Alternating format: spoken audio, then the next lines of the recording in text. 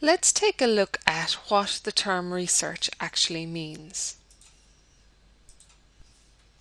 We are now going to look at the definition of the term research.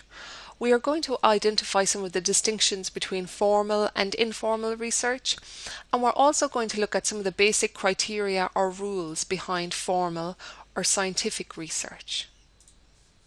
There are a number of different ways or reasons why we typically use research. We might use research to acquire or gain knowledge on a particular topic, for example. We might already have information on a particular topic but want to add to what we already know.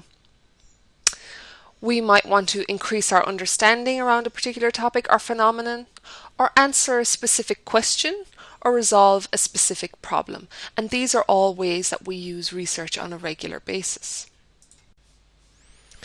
We all participate in research on a daily basis, and often we don't even realize that we're doing it. For example, we often ask our friends or family members for recommendations about which movies to watch at the cinema, which restaurant is good for a nice dinner. We might do some research into which model of car is the most reliable. And the last example there on the bottom of the bullet points, which university course to apply for. So this is particularly apt for you. So a range of different research strategies that you might have used in order to decide on which courses to apply for would include asking friends or family what their experiences of university or a particular course were. You might speak to professionals that are working in the area that you're interested in going into. You might do some research on the university websites. You might speak to careers advisors and so on.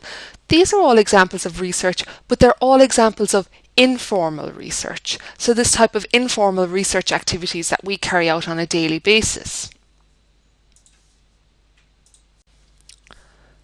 The focus of this unit, HBS 108, is very much on formal research and the formal research process. When we think about the term formal, if we put it in the context of formal dress wear, for example, if we were going to a particular ball or an event where formal dress was required, we would be very aware of the fact and conscious of the fact that there are expectations about what we would wear to that particular event, and there will be certain standards or criteria that we would have to meet. Do you have to wear a suit? Do you have to wear a tuxedo? And so on. Likewise, with research, formal research has a lot of expectation attached to it. It's a very structured or systematic process. It involves gathering and analysing information and generating knowledge in a formal way. Formal research is also known as scientific research. Some of the expectations and criteria that are attached to formal or scientific research are that the research must be logical, understandable, confirmable, and useful. We will now look at what each one of these terms means.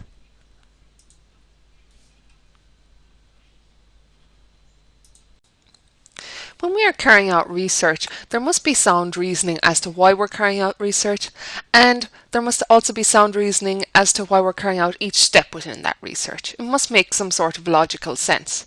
For example, if I wanted to research patient experience in a particular maternity unit, a logical step might be to do some observation within that hospital and within that maternity unit to start off with, to get a feel for the kinds of questions I might like to ask the patients when I follow the observation up with patient interviews, for example. So the observation in that sense kind of informs the interviews, and so that would be a very logical step within my research, to do things in that order.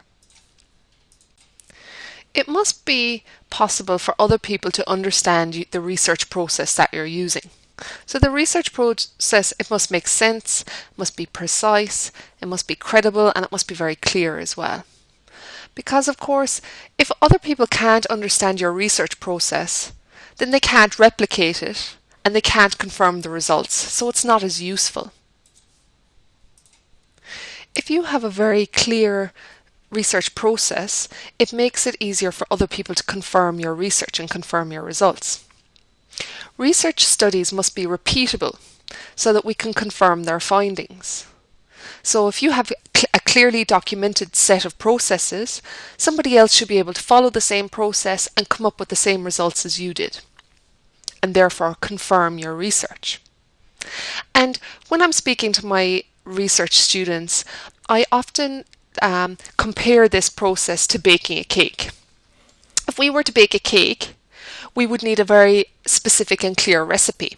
We would need measurements and we would need clear instructions to follow so we can get the perfect cake every time. Okay? Similarly, in research, we need a clearly documented research process that we can hand over to somebody else, and it should be easy for them to follow it.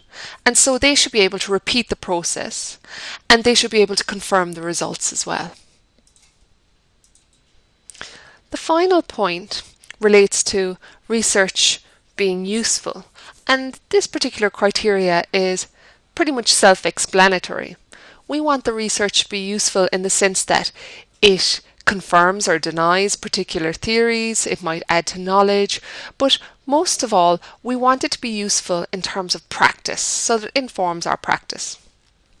It's also very helpful when research is generalizable to a particular group or population, for example.